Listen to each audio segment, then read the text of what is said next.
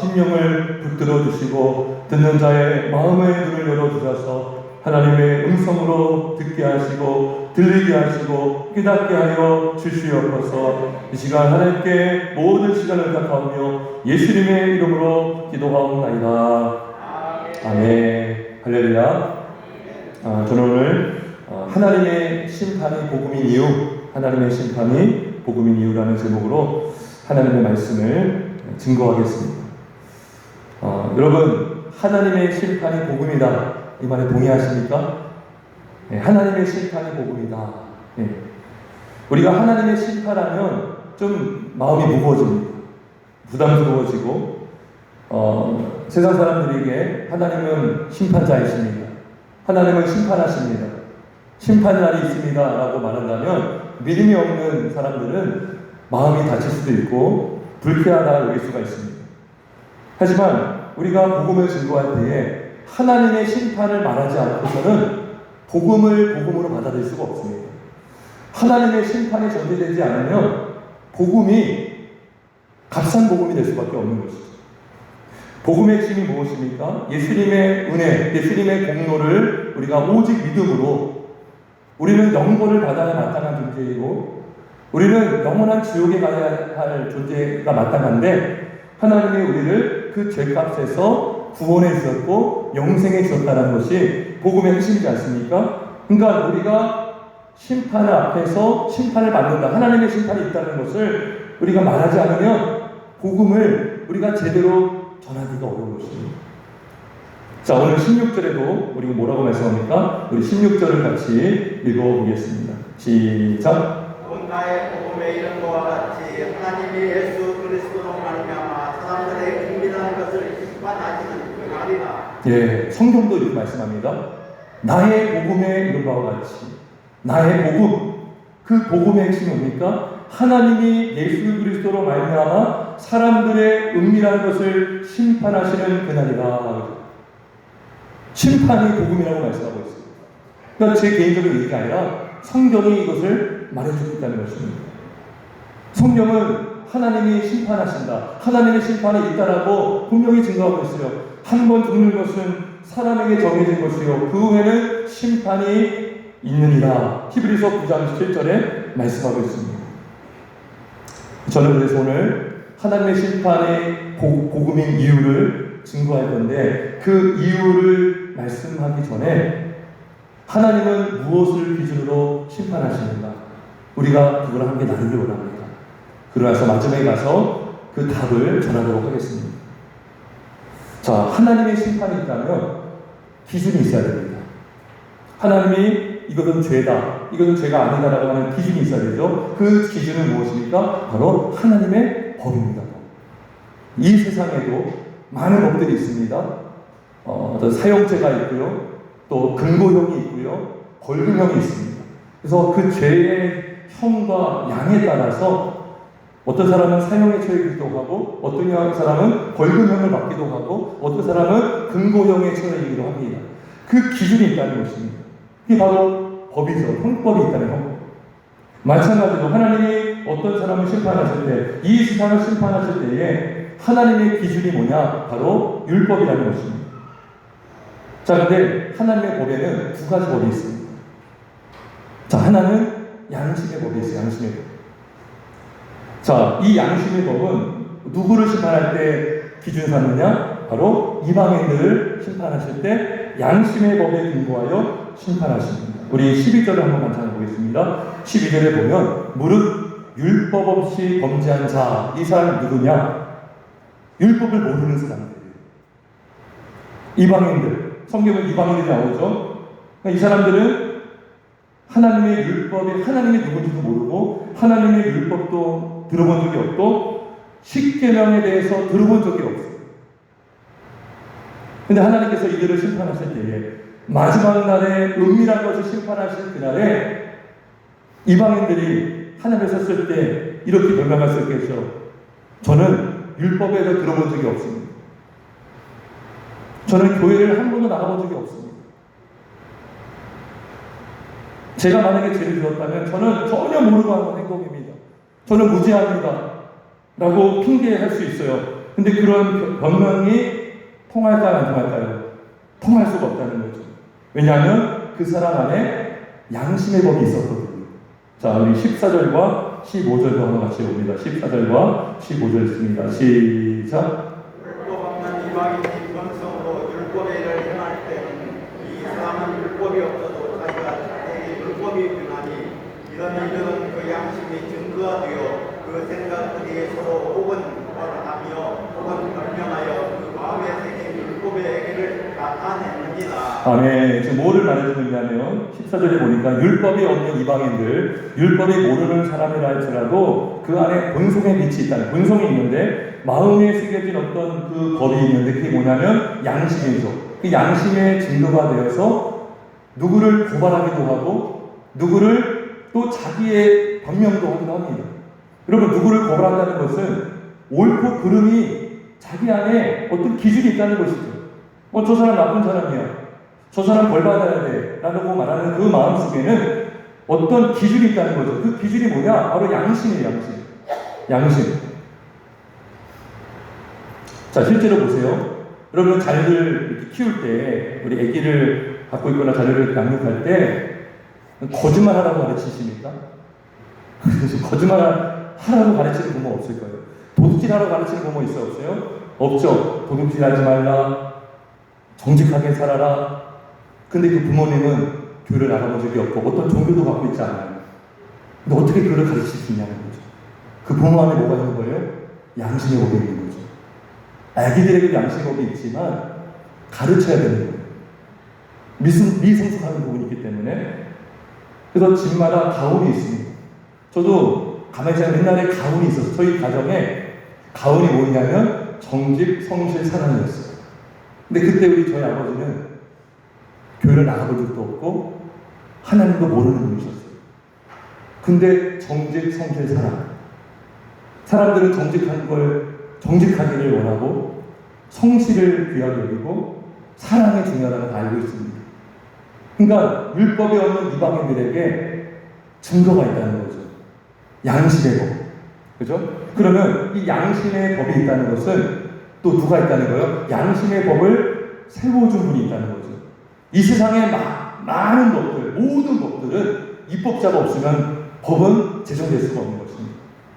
그래서 이 법을 만든 분, 양심의 법을 새기신 분이 누굽니까? 15절 보겠습니다. 15절에 보면 이렇게 끝에 이렇게 말해요. 그 마음에 새긴 율법의 행위를 하고, 마음에 새긴 분이 있다는 거죠. 마음에 양심을 새겨준 주지자가 있다는 것입니다. 그 주지자는 바로 하나님이십니다. 할렐루야. 하나님이 새겨줬어요. 그래서 이 이방인들, 나는 율법이 몰랐습니다, 나는 교회 다녀본 적도 없습니다, 나는 십계명에 들어본 적이 없습니다 하는 사람일지라도 하나님의 심판 앞에 서게 될 경우에 하나님은 그 양심에 근거하여 정죄할 겁니다. 네가 모르고 하는 법이 아니다. 너는 정직이 중요한 걸 알았고 거짓말이 나쁘다는 걸 알았다. 그 법에 근거하여 심판을 내실 것입니다. 자, 그 다음에 또 법이 있어요. 또 다른 법은 뭐냐? 바로 기록된 율법입니다. 율법. 자, 이 율법은 누구에게 기준을 삼느냐? 바로 율법이 있는 사람들입니다. 율법이 있는 사람들을 심판할 때는 기록된 율법에 근거하여 하나님은 심판을 하실 것입니다. 우리 다시 12절을 같이 한번 읽어볼까요? 12절 시작. 무릇 율법 없이 범죄한 자는 또한 율법 없이 망하고 무릇 율법이 있고 범죄한 자는 율법으로 말미암아 심판을 받으리라. 자, 앞에서는 율법 없이 범죄한 자는 이방인들의 범죄를 말하고 율법이 있고 범죄한 자, 이게 뭐예요? 이게 유대인들, 이 당시 1차적으로 유대인들을 말합니다. 이스라엘 백성들. 율법이 있고 범죄한 자는 율법으로 말미암아 심판을 받으리라. 당연한 것이죠. 이들에게 율법이 있잖아요. 그러면 이들의 행위는 율법에 근거해서 잘했다 잘못했다라는 판단을 받게 될 것입니다. 이 유대인들에게는 이런 특권의식이 있었습니다. 천민사상. 하나님이 나와 우리와만 언약을 맺으셨고 하나님이 우리에게만 십계명을 주셨다. 이방인들에게 준 것이 아니라 하나님의 백성 이스라엘에게만 율법을 모세를 통해 주셨죠. 그래서 로마서 3장 1절 2절 이런 말씀이 있어요. 유대인의 나음이 무엇이냐? 할례의 유익이 무엇이냐? 검사에 말하니 우선은 그들이 하나님의 말씀을 맡았음이라. 그러니까 유대인들이 다른 나라보다 어떤 특별한 그런 특권이 뭐냐? 하나님의 말씀을 갖고 있다는 거죠. 자, 근데 문제가 있습니다. 하나님의 말씀을 갖고 있었지만 이들은 자기 멋대로 행동했습니다. 특권이 있게 돼요. 여러분, 하나님이 나를 사랑하셔서 나를 택하셨다라는 그 특별한 은혜를 깨닫게 된다면 우리는 정말 하나님께 감사하며 살아갈 수가 있어요. 그리고 하나님의 뜻대로 살려고 할 수 있습니다. 근데 이스라엘 백성들의 역사를 보면 하나님이 택하시고 하나님께서 율법을 주셨지만 그들은 오히려 특권의식을 남용하고 악용해서 이들은 자기 멋대로 행동하는 행동을 많이 했습니다. 구약의 역사들을 보거나 열왕기서를 보거나 선지서를 보면 북이스라엘과 남유다가 얼마나 타락했는지를 볼 수가 있습니다. 하나님의 율법을 가진 자들이었지만 이방인들과 통혼하고 심지어 이방인들이 하는 제사 방식을 그대로 따라서 제사했던 죄를 졌습니다. 인신제사, 깐나나기를 신에게 바치는 거예요. 그 행위를 다른 나라 사람들도 아니라 이스라엘 백성들, 하나님께서 그들 대에 세우신 그 이스라엘 백성들이 그 제사를 드렸다는 것입니다. 하나님께서 선자를 보내셨고 그들을 통해서 경고하셨습니다.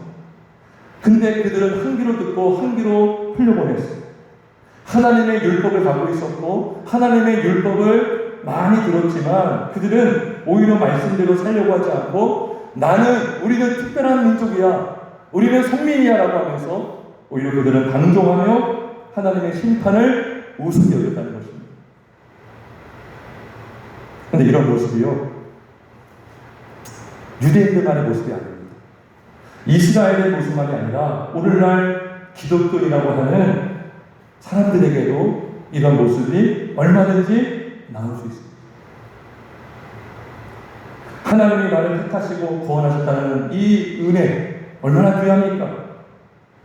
그런데 사람들은 이 은혜를 귀하게 여기지 않고 이 은혜를 은혜로 받아들이지 않고 오히려 죄를 남용하고 회개하면 용서해 주겠지.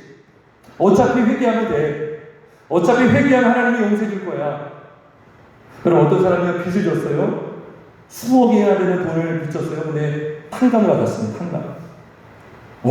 탕감을 해주네? 또 빚지고 안 갚으면 되겠네? 이건 안 되는 거잖아요. 하나님 우리 모든 죄를 탕감해 주셨는데 그 은혜를 잊어버리고 또 용서해 줄 거야. 또 탕감해 줄 거야. 라고 하면서 방종하며 살아갈 수도 있어요. 또 어떤 사람들은 어차피 천국에 갈 건데 죽기 전에 회개하면 되지. 죽기 전에 교회 나가면 되지. 지금은 이렇게 살고 마지막에 가서 몰아서 회개하면 되지 라는 생각을 할 수도 있다는 것입니다. 근데 엄밀히 말하면 이거는 바른 믿음의 모습이에요? 잘못된 믿음입니까? 바른 믿음의 모습이 아닙니다. 기독교인이 아니라 종교인의 가능성이 큽니다. 야고보서에 보면 행함이 없는 믿음은 죽은 믿음이라고 했어요. 죽은 믿음은 믿음이 아니죠. 믿음이 살아있어야 살아있는 열매가 맺어지는 것입니다. 내 믿음이 살아있다는 것은 내가 살아있는 예수님과 연합되어 있다는 것이죠. 내가 예수님께 붙은 가지가 되면 그 가지에서 열매가 맺어지게 되는 것입니다. 근데 죽은 믿음이기 때문에 우리는 열매를 맺을 수가 없는 것입니다. 자, 그래서 로마서 2장 13절 이렇게 말씀합니다. 우리 13절을 같이 읽어봅니다. 시작. 하나님 앞에서는 율법을 듣는 자가 의인이 아니요 오직 율법을 행하는 자라야 의롭다 하심을 얻으리니. 아멘. 하나님 앞에서는 율법을 듣는 자가 의인이 아니다. 어느 사람은 성경을 많이 알고 암송도 많이 하고 성경도 막 100독을 이상 하고, 근데 중요한 것은 뭡니까? 정말 하나님의 말씀을 귀하게 여기며 사는가는 거죠. 수십 년을 교회를 다니고 성경을 많이 들어도 말씀대로 살지 않으면, 그 열매를 맺지 않으면 하나님의 영광을 받을 수 없다는 거죠. 그래서 이 13절의 말씀은 행위로 구원을 받는다가 아니라 지금 자기들이 믿음을 갖고 있다고 하면서 반족하며 사는 사람들에게 지금 어떤 폭로성의 말씀을 준 거예요. 너희가 지금 의인이라고 하면서 너희 마음대로 살고 있지 않느냐? 하나님 앞에서는 율법을 듣는 자가 의인이 아니요 오직 율법을 행하는 자라야 의롭다 하심을 얻으리라 라고 말씀해 주신 것입니다. 자, 이렇게 특권의식을 우리가 남용하고 하나님의 주신 은혜를 망각하면 우리는 방종하며 살 수 있는 그런 위험성이 있습니다. 또 다른 위험성이 있어요. 그 뭐냐면 하나님이 율법을 주셨는데 내가 그 율법을 가지고 의로워지려고 하는 거예요. 앞에서는 율법을 받았지만 방종하며 사는 사람이 있다면 어떤 사람들은 율법을 받았고 그 율법을 철저하게 지켜서 의로워지려고 하는 사람들이 있을 수 있겠죠. 이스라엘 백성들이 그런 모습을 보였습니다.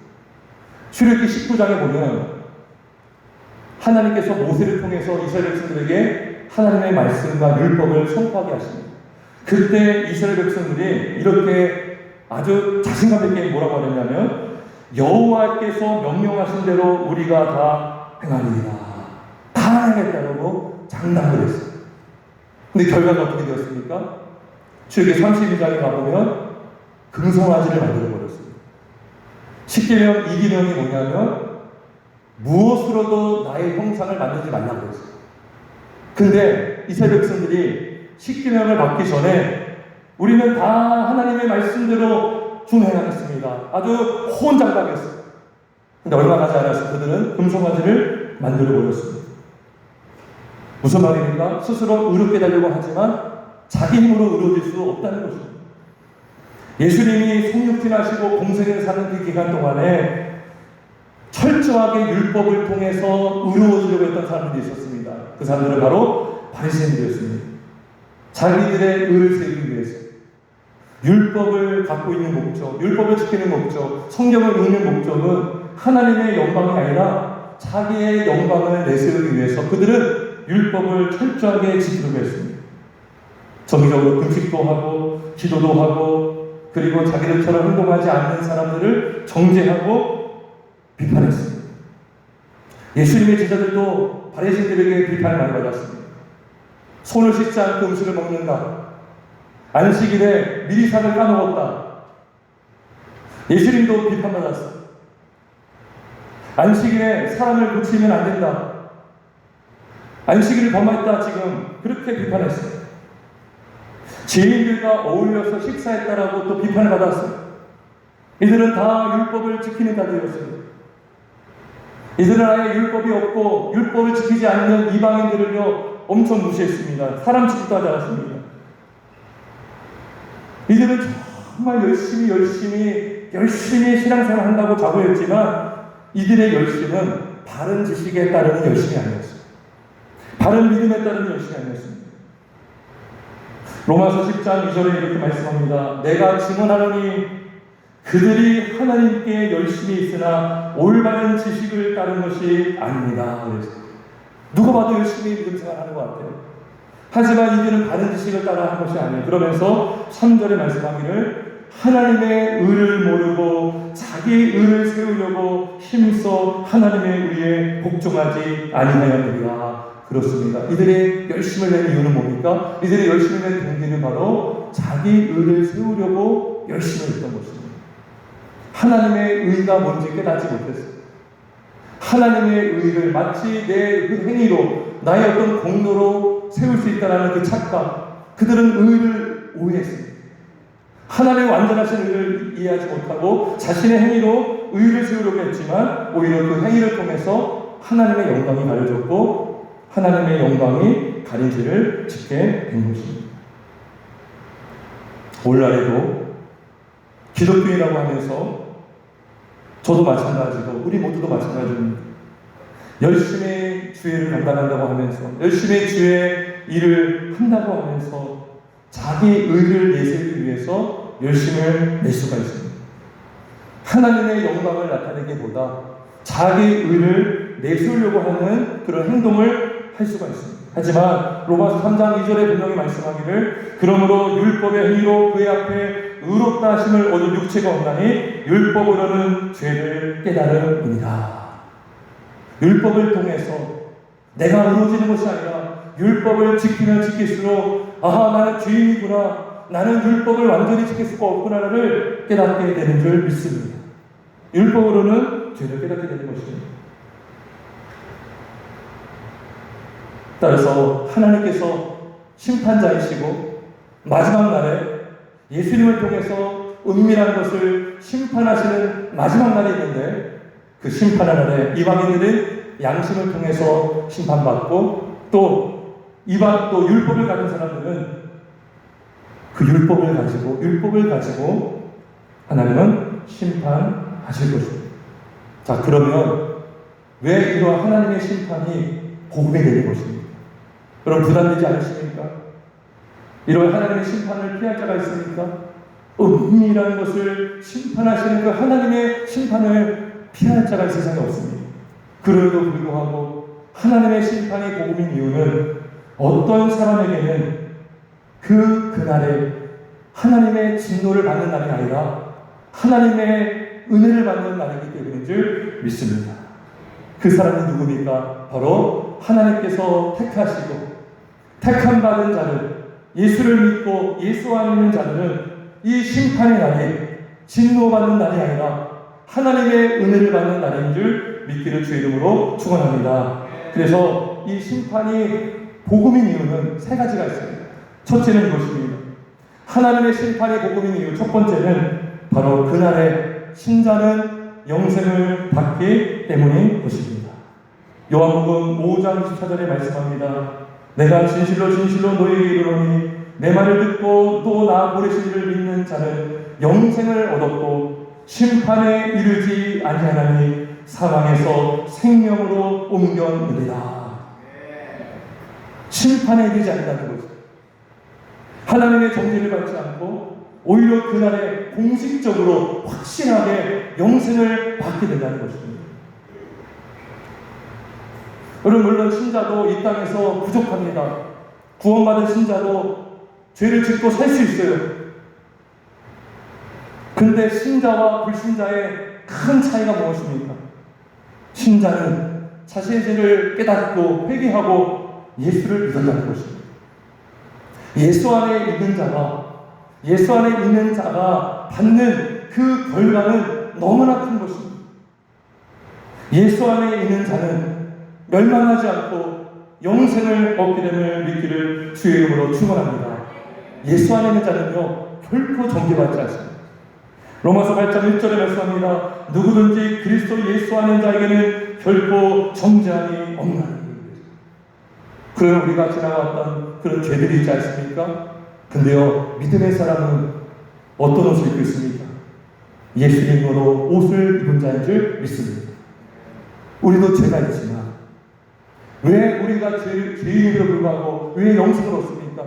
예수님의 보혈이 우리를 덮어주고 예수님의 의의 옷을 우리가 입었기 때문에 그 죄가 가려짐으로 정죄받지 않고 의인으로 여김받아 영생을 얻게 되는 줄 믿기를 주 이름으로 축원합니다.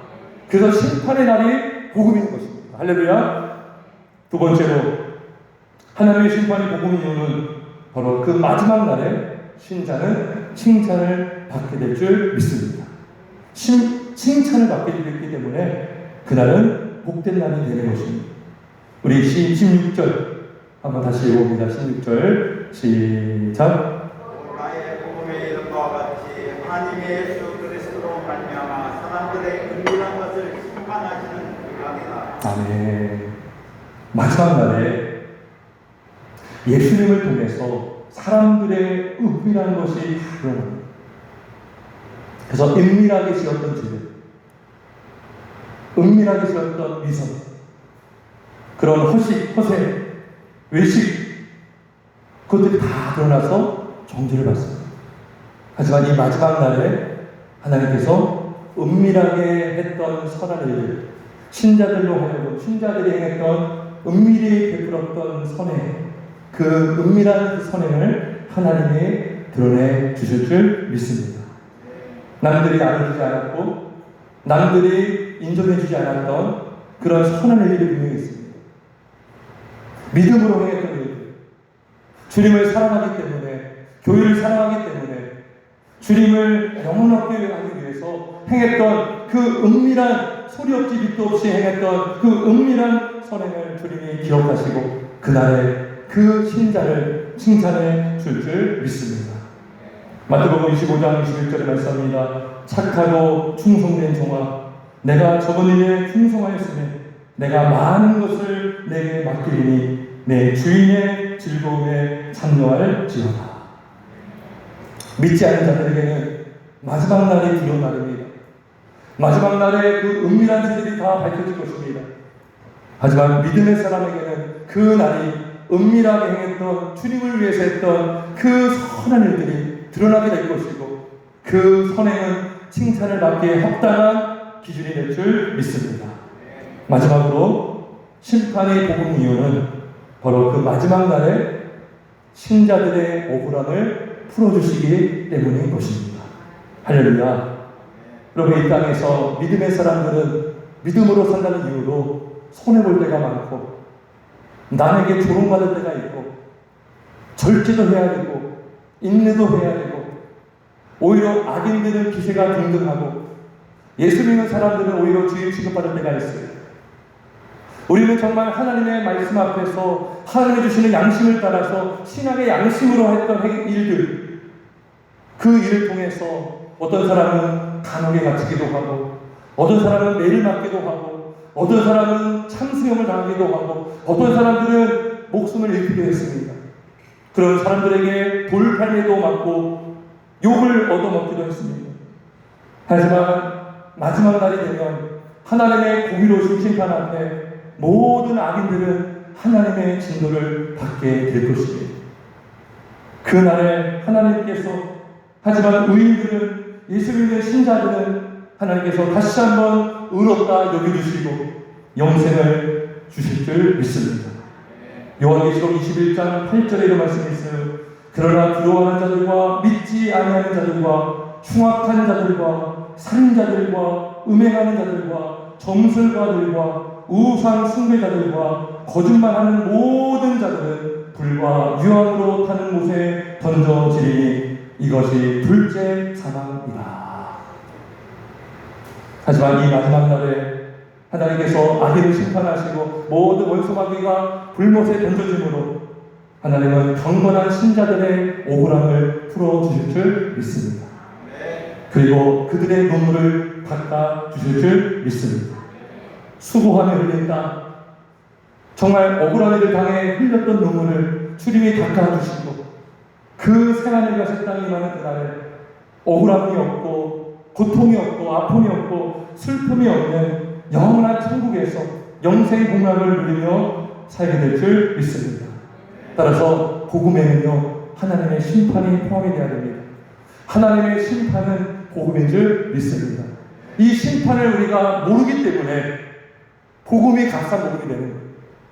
하나님의 심판을 우리가 깨닫지 못하면 내가 마땅히 구원받아야 하는 그런 의로운 자라고 여길 수 있습니다. 하지만 제가 앞서서 말씀드렸지만 오늘 성경에 말씀하신 것 같이 이방인이건 율법이 있는 유대인이건 하나님의 율법 앞에 양식 앞에 그 누구도 그 은밀한 것을 숨길 수 없기 때문에 우리는 하나님의 심판을 피할 길이 없지만 오직 예수님만이 구원의 길이 되시고 우리가 심판을 면할 그 도피성이 되기 때문에 예수 그리스도 안에 있는 자는 멸망하지 않고 영생을 얻게 됨을 믿으시기를 주님의 이름으로 축원합니다. 그리고 예수를 믿는 자는 이제 순종하며 살아갈 수가 있는 것입니다.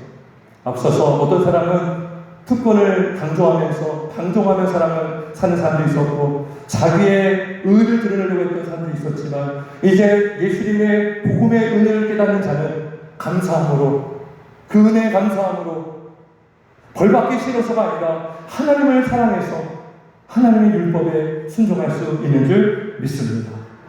이 믿음의 은혜를 소유하시고 믿음으로 승리하시는 우리 모두가 되시길 예수님의 이름으로 축원합니다. 함께 기도하겠습니다.